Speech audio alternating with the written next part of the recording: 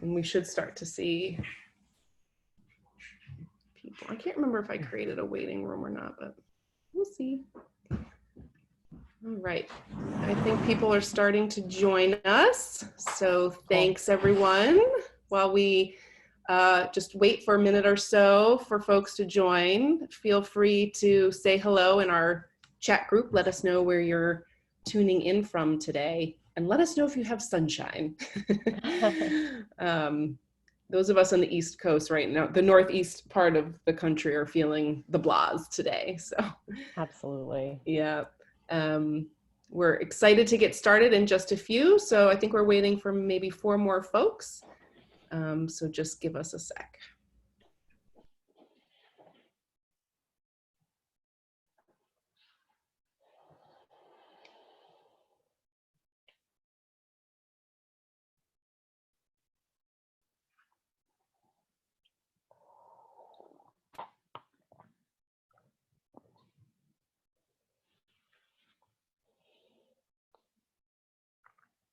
Oh my gosh, Sacramento, high 90s today. I was just going to say that. Oh, Carlos, it. Send us some of that sunshine. I know. And hi to, right, me too. Hi, Misty from Michigan. That's great. Yes, we will take that sunshine. Thank you. All right, everyone, why don't we go ahead and get started. So this is our first try at a 30-minute webinar as we look to gain more insight into what makes it easier for folks to join our Friday self-care webinars. I'm going to turn the screen over now to our facilitator today, who is Molly Fisher, and we're super excited to spend some time with you today, Molly, and get some insight on self-care as caregivers as we're entering, I don't even know what week it is now in terms of 113, I don't know. Yeah. Exactly. That's what it feels like. So we're really, really happy that you were all able to take a little time to join us today. Please feel free to use either the chat room or the Q&A for any questions, and I will be helping today to facilitate those questions. So Great. I'll turn it over to you. Okay, awesome. Hi, everyone. My name's Molly Fisher. I am the Director of Program Innovation and Education for Inspīr Senior Living. We are a new senior living that's opening soon on the Upper East Side of Manhattan. So welcome from Manhattan. I'm in my studio apartment right now, really excited to be with all of you. And first of all, thanks again, HFC, for having me here today to share with all of you a few different concepts about how we can take better care of ourselves as care partners. So first of all, deep breath, right? I think for me, as a care partner, as well as a professional working with older adults, it's sometimes a daunting task to think about how to find the time to care better for ourselves as care partners. So in thinking about today's discussion and thinking about, just those top kind of tips to share with all of you as care partners, what can I do? What can I share with you? How can I put this out there that's going to be hopefully memorable as well as relatable and most importantly, useful? So I've come up with this concept, this method, this acronym called PAUSE. So many times in all of my work so far, working with caregivers, working with mental health, I find often I'll just say, how about you just take a pause? Now, on the receiving end of that, when I have had people be like, just take time for you, I usually get a little frustrated, get a little angry. The New Yorker in me comes out, be like, what do you know? Like, how do I even find time for me when I have the capability, which comes and goes because we're all human, right? And I think about how we can pause. I think about the following things. So this is the acronym, right? Practice self-care, acknowledge that this is pretty challenging stuff that we're dealing with day in and day out as caregivers. Because you matter, we all matter. Sometimes we forget that when we're trying so hard to care for somebody else, we forget that we're here and we matter. Be super, not a superhero. One of my favorite things that I always tell professionals and caregivers is how can we figure out how about just being super and realizing that that's pretty awesome, and not be a superhero. And this last part is engage. How can we find ways to engage, whether it's with other people or engage in hobbies? We'll get into that. So the pause method. How can we find time to just pause? Now, the cool thing about a pause is it can be a few seconds. It can be a few minutes. It can be, if we're lucky enough, a whole hour. Could you imagine? To be able to find that time for us. So let's start with that idea of practicing self-care, right? Finding positive ways to cope with our stress, by the way, will help us care for others even better. Because when we care for ourselves and take care and regenerate and rejuvenate for us, we'll be able to care better for others. So like any good habit, it may take some time to form. Trying a self-care practice every day is a great idea. Now, everyone on this call has different likes, just like the people we care for. Everybody's a little bit different. So there's a variety of different self-care practices. I'm going to talk about a few of them today. And as we think about this practice and building this practice of self-care, I'd love to introduce you to grounding, or refresh somebody's memory on grounding if they're already familiar with it.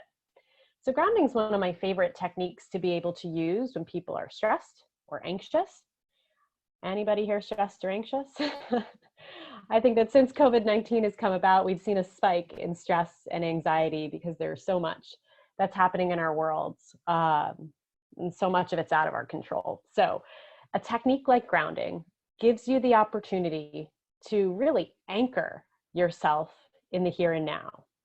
I call it the twirly swirlies. I get into this type of space where I'm swirling about and I've got a million different thoughts and a million different anxieties and usually a handful of stressors. And it's just hard for me to stop. Grounding, that first technique, really does allow you to pause, and it's going to help us stop for just a moment, regroup, so we can respond more effectively. So if I could with all of you, I'd love to be able to try this out today. I've got a little script I'm going to read for you. So for those of you who are sitting down in a chair, I encourage you to kind of put yourself there together in that chair, feet firmly on the ground, and join me. Close your eyes if you're comfortable and focus on your breath. Breathe in slowly for the count of 3. 1, 2, 3. And then out slowly. 1, 2, 3. Bring your mind's focus to your body. How does your body feel sitting in the chair? If you scoot yourself all the way to the back of the seat, so the whole length of your back is pressing into the chair, can you feel that contact between your body and the chair? How does that feel? If the chair has arms, touch them. Is the material smooth or textured? Press your arms down the length of the chair arm and notice what it feels like to have your hands hang off on the end. If your chair doesn't have arms, touch the material on the seat. How does that feel? Next, push your feet into the ground. Imagine the energy draining down from your mind, down through your body, and out through your feet into the ground. As the energy drains from your head, feel how heavy each body part becomes. Your torso feels heavy, and now your arms, as you relax those muscles. Lastly, feel the heaviness go down your legs, through your feet, and down into the ground. Slowly, open your eyes and take a breath. Notice if this feels good to you. If you find it helpful, certainly I recommend that you keep this going, that idea of practice. You don't need a guide. You don't need me sitting here reading it to you. You just focus all of your energy on all the parts that are sitting on a chair and anchor those feet into the ground, making sure you're breathing and just enjoy that moment of pause. Now, as we think about practicing self-care, in addition to grounding, right? Or this one grounding exercise, I should say. There's 2 other grounding techniques that I really like that are a little bit simpler. You don't need a chair. You can do it really anywhere. I used to do it on a subway when we used to ride subways in New York City, where you'd be able to kind of take that stress, take that anxiety in that moment and kind of get it out. a rock, right? This is actually a rock from my honeymoon from Cinque Terre in Italy. So it's a rock that makes me feel happy, remembers good times when we used to travel, right? So this particular rock is something that you could put in your pocket, or maybe even a smaller one. And what I encourage folks to do to ground using a rock or a coin or a chip is to run your hands over the smooth surface of the rock, focusing all of your energy on that feeling. What does it feel like to touch this rock? Really what you're looking to do is take all of that negative energy, all of that stress, all of that anxiety. I know that sounds super like cheesy and hippie, right? All of the negative energy, but it's true. Taking all of that negative energy and putting it into this rock, transferring it into this rock. You can even just grip it really tight like you would a stress ball. And what this does is allows us the opportunity to transfer that energy and let go. It's really important for us to be able to find those moments to pause and let go. Again, regroup, to be able to focus on how we can best respond. That last grounding exercise we can talk about, I've got a hair elastic here because I couldn't find a normal rubber band. This one, you can see here, let me kind of flick it. You pull it and you release it. Now, this isn't supposed to intend any harm. We're not looking for people to harm themselves, but that simple act of releasing and then the flick on your wrist snaps you back into the here and now. It can slow the racing thoughts, the stress, the anxiety, and bring you back into today. So a few different techniques that we can start to practice each and every day. You can put them into a rotation. You can go online and Google some grounding exercises and find even more. But that's our first technique, that practicing self-care. First part of our conversation today. Second part of our conversation, acknowledge. Caregiving's hard. I probably don't need to tell you guys this, you've been doing it, but caregiving can be hard. It can be stressful. It can also bring a lot of joy. It can bring a lot of opportunity. It can bring a lot of fun. These are the things we don't always talk about as much, but the point here is that we have to acknowledge what's happening, how we feel about it, to be able to move forward, and whatever that forward is going to be. So I encourage you to recognize that caregiving can be hard. Be kind to yourself if today's not the greatest day for you. Be kind to yourself if you get frustrated, right? Know your limits. And as I like to say, build your squad or your care team, right?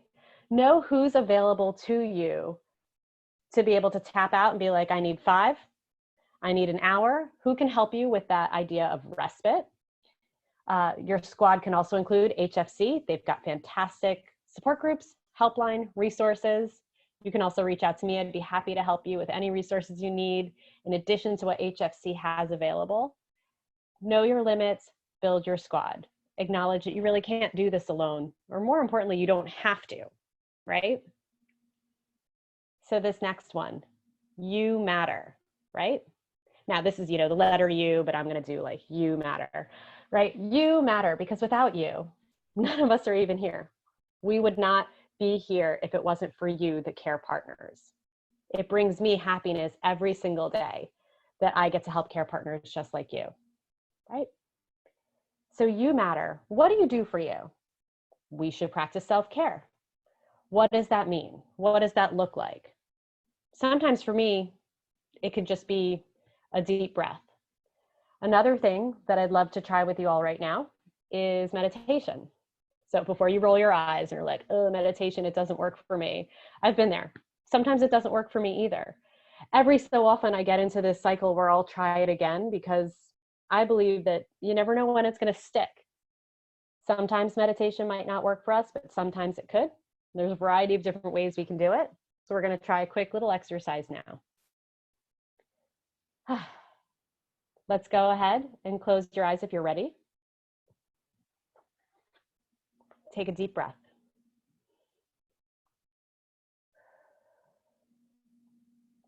Breathing in through the nose. Breathing out through the mouth. Breathing in, feeling the lungs expanding. Breathing out, feeling a sense of letting go. Breathing in, feeling the body getting fuller. Breathing out to feel the release of any tension. Breathing in, feeling alive and awake. Breathing out, feeling muscles relaxing. Breathing in that sense of fullness. Breathing out the unnecessary tension. Take a deep breath and release. I invite you to gently open your eyes. How was that? Good? Bad? There's a variety of ways that we can meditate. Similar to the grounding exercise, what it's supposed to do, what it's intended to do, is to recenter us, to allow us the opportunity to focus on something that's very natural and automatic in all of us, which is breathing. You don't even need a guide. You can simply follow your breath in and breath out, the rise and fall of your chest, just like the ebb and flow of the waves. You can go online. There are just tons and tons of online content, guides, things like that. Right now, Insight Timer, an app. I was like looking for my phone. It's an app on my phone. Calm is another one. There's another app called Pause. And what all of these apps do is help you guide through meditation right there from the comfort of your phone, different times. Certainly keep trying it because, as I said before, you never know when it's going to stick. So we're on to the next one. Be super, not a superhero. So we've been talking a lot about heroes lately, right? There's heroes, all of our wonderful healthcare professionals. Some of you might be healthcare professionals. We've got the heroes of our essential workers, the grocery workers, the delivery people, the mail professionals, all of those folks who are helping us stay safe and stay connected in this time of COVID. You know, we appreciate all of these heroes. When I think of a superhero, I think of like Batman, Spider-Man, these people who have these like ridiculous special powers. They can fly through the air. They can save, the world from all sorts of things. As fun as they are, I'm a big superhero fan, love watching superhero movies. I don't think it's a realistic expectation for anybody to feel as though they're a superhero, unless there's something about you that I don't know, right? But I think most of us, I want to say almost all of us, are probably not superheroes. We don't have special powers, but we are awesome or super. So how can we figure out ways to stay super or be super each day without that idea of being a superhero?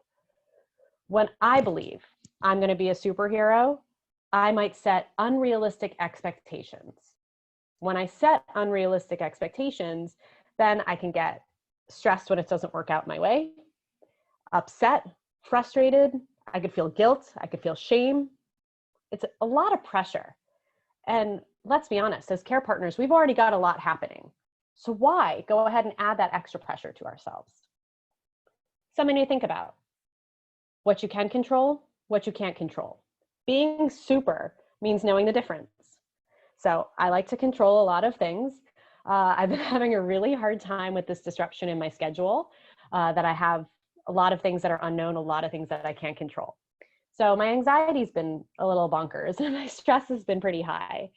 And what was really useful to me, and this is both, again, as a professional and as a caregiver, I found to write down a list. It's pretty basic. It's kind of old school, but to write down a list of things you can and can't control. So for me, what I can control is what I eat. I can control how I choose to keep myself safe. I can control wearing a mask, in these times of COVID. I can control when I exercise, what I watch on TV, how long I watch something on TV. These are things that I have under my control. Pretty simple, pretty basic. Things I don't have under my control: COVID-19, Alzheimer's disease, and caring for somebody with Alzheimer's disease or any other illness. I can't control that. I can't control the restrictions put in place by my local government or the federal government.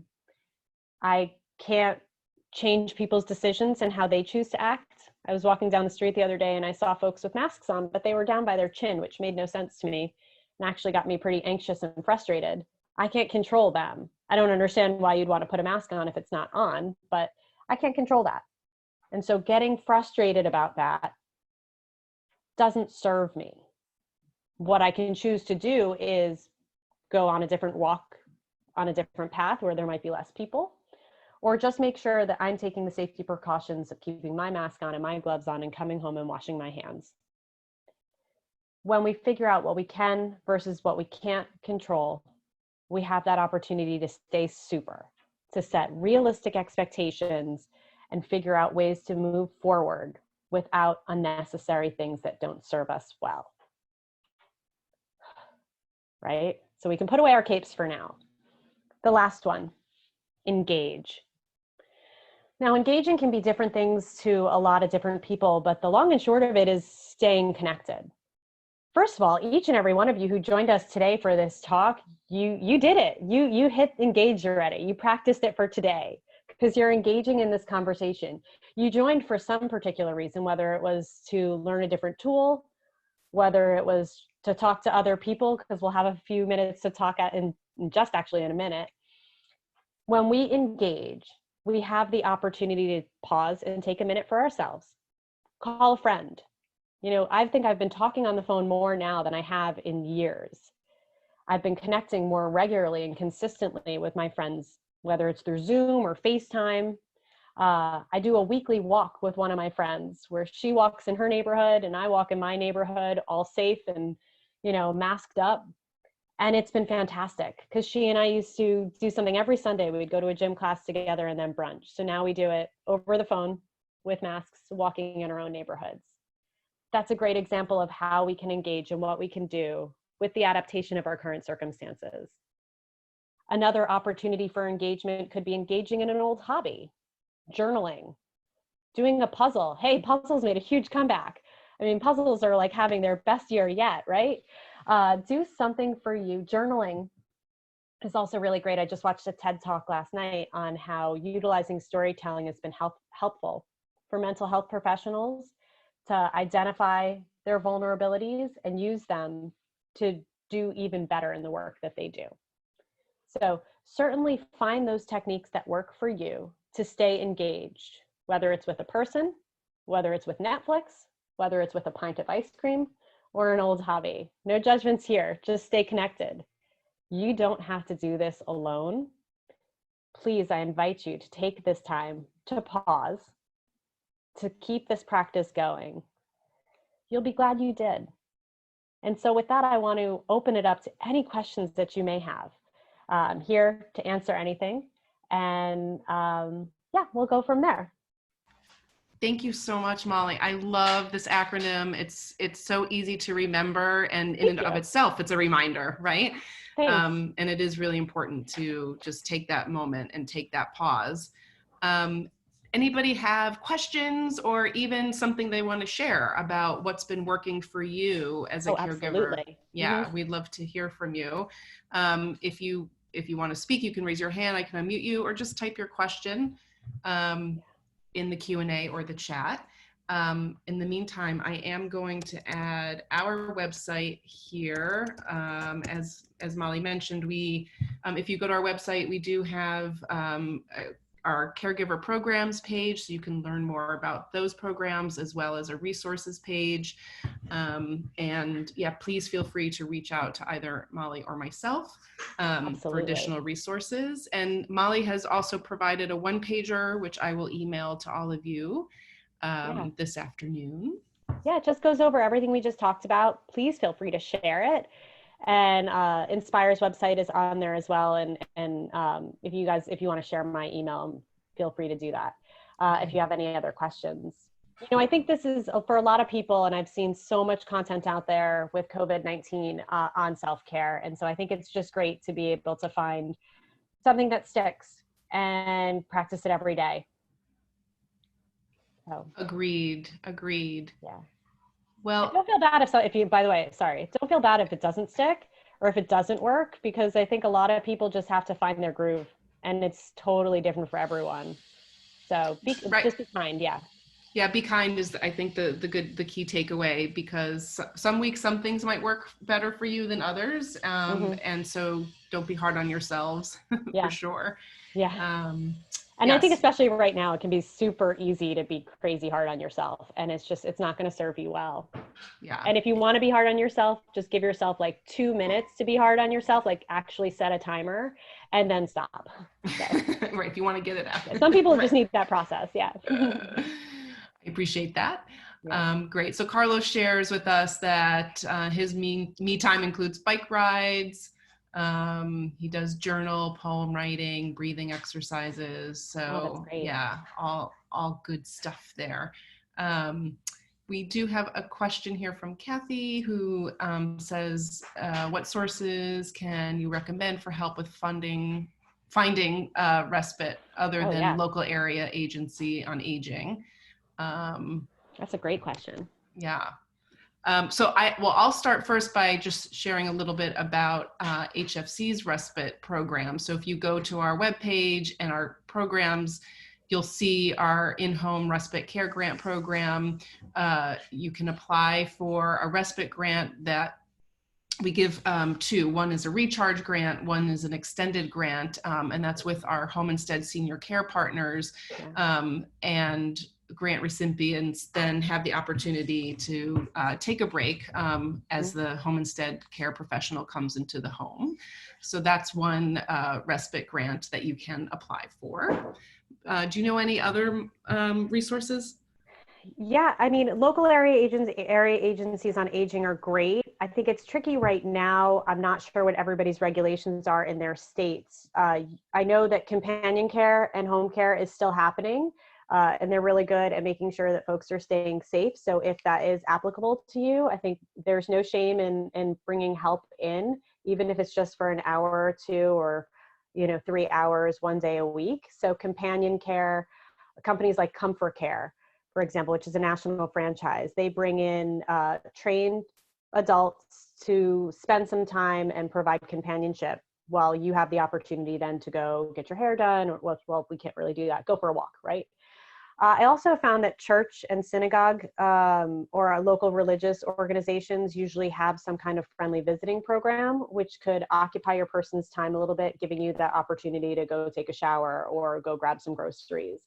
So connecting with local organizations is really useful as well. And now that things are a lot of virtual programming, I know a lot of friendly visiting programs have gone online or over the phone or FaceTime or Zoom. I was going to say HFC's respite program is one of the best that I've seen.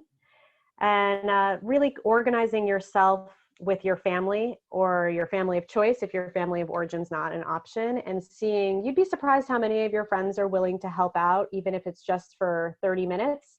You just don't know until you ask. And I've found a lot of times care partners don't ask for help. They don't want people to know. They're not looking for their business to be out there. And so I encourage you, if that's the case for any of you, test it out with one trusted person and see what happens. That's a really great tip. Yeah. Yeah, and great suggestions. So hopefully that's helpful. And again, feel free to reach out to us for additional resources. Yeah. So if there's no other questions, we will thank you all so much for your time. I will follow up with Molly's one pager, and really high five for taking a little time for yourself today. Oh my gosh, you guys did it. You already practiced engagement. Yay! Thank you all so much. This was a lot of fun, and I really appreciate HFC again for all the good work you're doing during this time connecting with caregivers. And guys, just stay so safe and stay well and just keep being awesome. Thank you for Yeah. all you do. Thank you, everybody. Bye. Bye.